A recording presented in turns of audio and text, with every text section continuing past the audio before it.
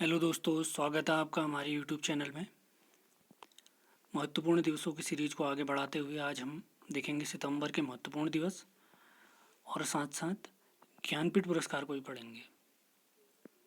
इससे पहले के जितने भी वीडियो मैं पढ़ा चुका हूँ ये महत्वपूर्ण दिवसों से संबंधित, उनके लिंक मैं डिस्क्रिप्शन में दे दूँगा। और इस लेक्चर की PDF आप हमारे टेलीग्राम से डाउनलोड कर सकते हैं। और पिछले वीडियो में जो मैंने क्वेश्चन पूछे हैं उनके आंसर बहुत कम लोग दे रहे हैं, तो सभी लोगों से आग्रह है कि जो लोग वीडियो देख रहे हैं सभी लोग पूछे गए प्रश्नों का आंसर भी दें। तो सितंबर के महत्वपूर्ण दिवस प्रारंभ करते हैं। सबसे पहले सितंबर में सबसे पहले महत्वपूर्ण दिवस आता है 5 सितंबर। तो 5 सितंबर को हम मनाते हैं राष्ट्रीय शिक्षक दिवस। किनकी याद में? सर्वपल्ली राधाकृष्णन जी की याद में। अब ये कौन है? ये हमारे भारत के पहले उपराष्ट्रपति थे, दूसरे राष्ट्रपति। और जब 1954 में पहली बार भारत रत्न की शुरुआत हुई थी तो 3 लोगों को भारत रत्न प्राप्त हुआ था, तो उनमें एक व्यक्ति ये भी थे। तो आपके लिए एक सवाल है, 2 सवाल है यहाँ पर। तो पहले राष्ट्रपति का नाम बताना है आपने, और दूसरा सवाल है आपके लिए 1954 में एस राधाकृष्णन जी के अलावा जिनको भारत रत्न प्राप्त हुआ उनके नाम लिख के आपने भेजने हैं। अगला महत्वपूर्ण दिवस आता है 8 सितंबर। 8 सितंबर को हम मनाते हैं अंतर्राष्ट्रीय साक्षरता दिवस, जिसकी शुरुआत हुई है 1966 में। और इसको शुरू करने वाली संस्था है यूनेस्को। आपने यूनेस्को का मुख्यालय लिख के भेजना है कमेंट सेक्शन में। अगला महत्वपूर्ण दिवस है 9 सितंबर। 9 सितंबर को हम मनाते हैं उत्तराखंड हिमालय दिवस, जिसकी घोषणा 2014 में हुई और इसे हमने पहली बार मनाया है 2015 में। तो आपके लिए एक और सवाल, जब हमने हिमालय दिवस मनाना शुरू करा तो हमारे सीएम यानी मुख्यमंत्री कौन थे? अगला महत्वपूर्ण दिवस 14 सितंबर।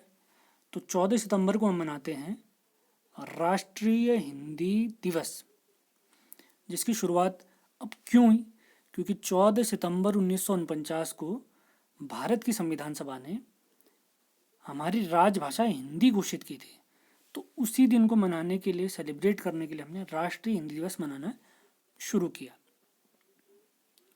आपके लिए एक और सवाल है, आप लोग बताएंगे विश्व हिंदी दिवस हम कब मनाते हैं, किस डेट को मनाते हैं?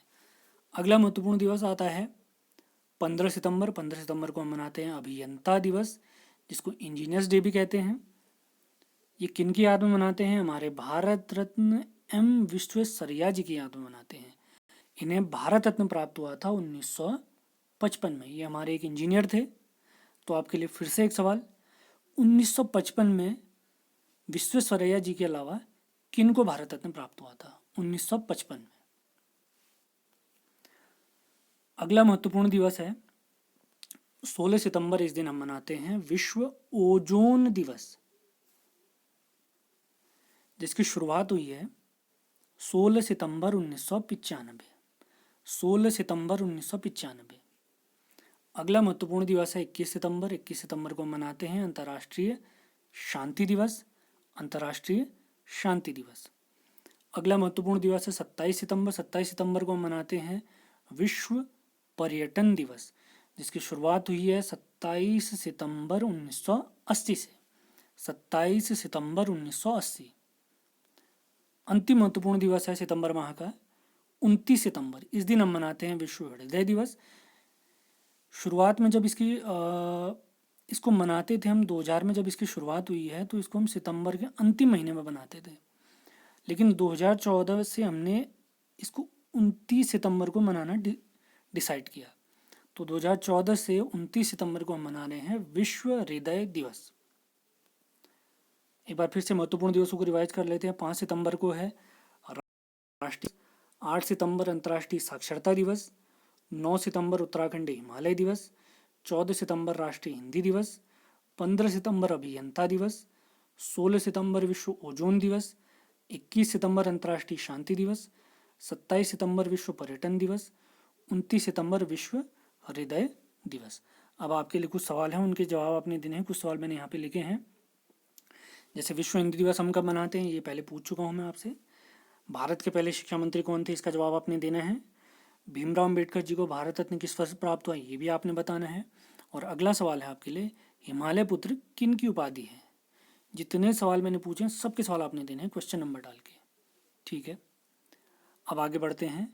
अब हम देखेंगे ज्ञानपीठ पुरस्कार। साहित्य के क्षेत्र में दिया जाने वाला भारत का एक बहुत प्रमुख पुरस्कार है ये। साहित्य मतलब लिटरेचर, यानी कोई भी हम कहानी, कविता, नोवेल, ये सारी चीज़ें जो भी लिखते हैं वो लिटरेचर के अंतर्गत आती हैं। तो इस पुरस्कार की शुरुआत हुई है 1965 में, जिसको साहित्य के फील्ड में दिया जाता है। अब साहित्य जो हम लिखेंगे वो किसी न किसी भाषा में जरूर लिखेंगे। अब वो भाषाएं कौन सी हैं, तो हमारे जो भारत का संविधान है, संविधान की अनुसूची 8 है, इसको शेड्यूल 8 कहते हैं, जिनमें मान्यता प्राप्त भाषाओं की बात करी गई है। और वर्तमान में ये मान्यता प्राप्त भाषाएं हैं 22।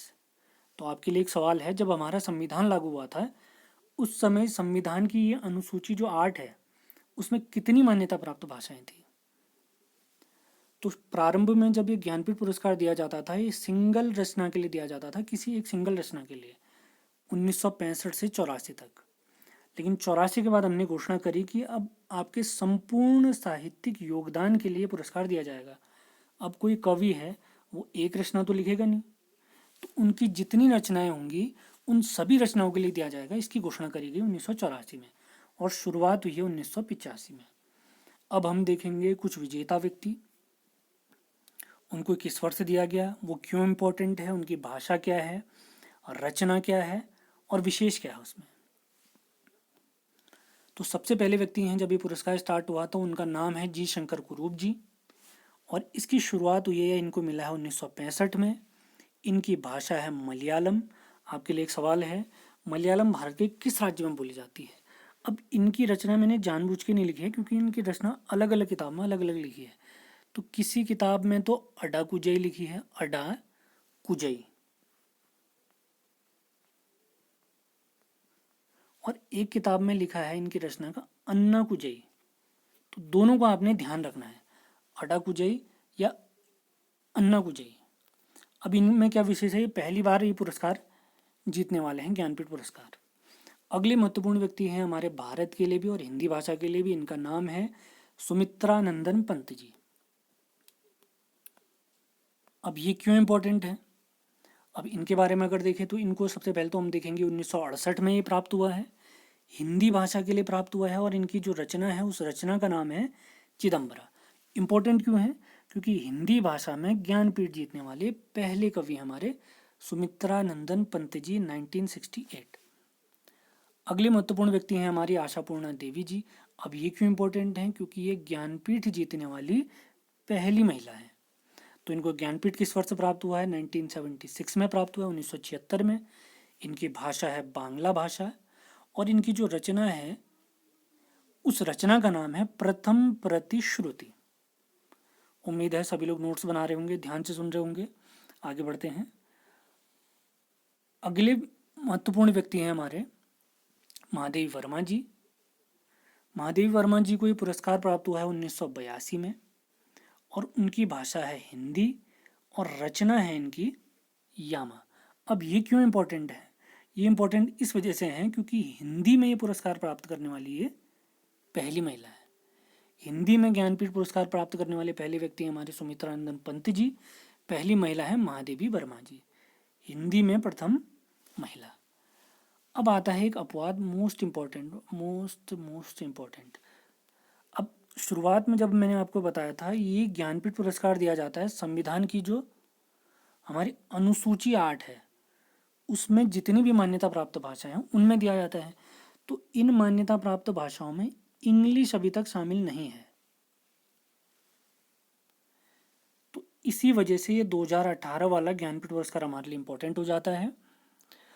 2018 वाला इम्पोर्टेंट हो जाता है। 2018 में पहली बार किसी व्यक्ति को इंग्लिश भाषा में दिया गया, तो उनका नाम है अमिताभ घोष जी। 2018, भाषा है इंग्लिश और रचना है संपूर्ण योगदान, क्योंकि 85 से हमने ये पुरस्कार संपूर्ण योगदान के लिए दिया था। उम्मीद है आपको ये वीडियो पसंद आया होगा। हमारे पुराने वीडियो ज़रूर देखें और चैनल को सब्सक्राइब जरूर करें। चैनल से बने रहें। हमारे चैनल का नाम है उत्तराखंड ज्ञान विद जीवन। धन्यवाद।